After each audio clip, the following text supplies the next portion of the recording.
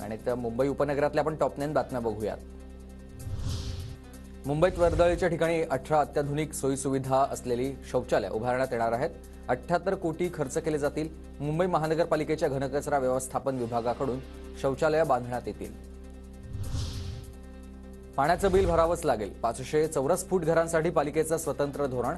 यंदाच्या अर्थसंकल्पात महसूल वाढीसाठी पालिकेकडून विविध उत्पन्नाच्या स्रोतांची चाचपणी। मुंबई महानगरपालिकेच्या कार्यक्रमांवरील खर्चासाठी 286 कोटींची तरतूद। कार्यक्रमाचं आयोजन करण्यासाठी यावर्षीच्या अर्थसंकल्पात भरीव तरतूद।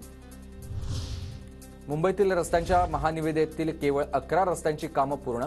2023 काढण्यात आलेल्या निविदेच्या कामांपैकी केवळ 11 रस्त्यांची कामं पूर्ण झाल्याचं पालिकेकडून अर्थसंकल्पात जाहीर करण्यात आलंय।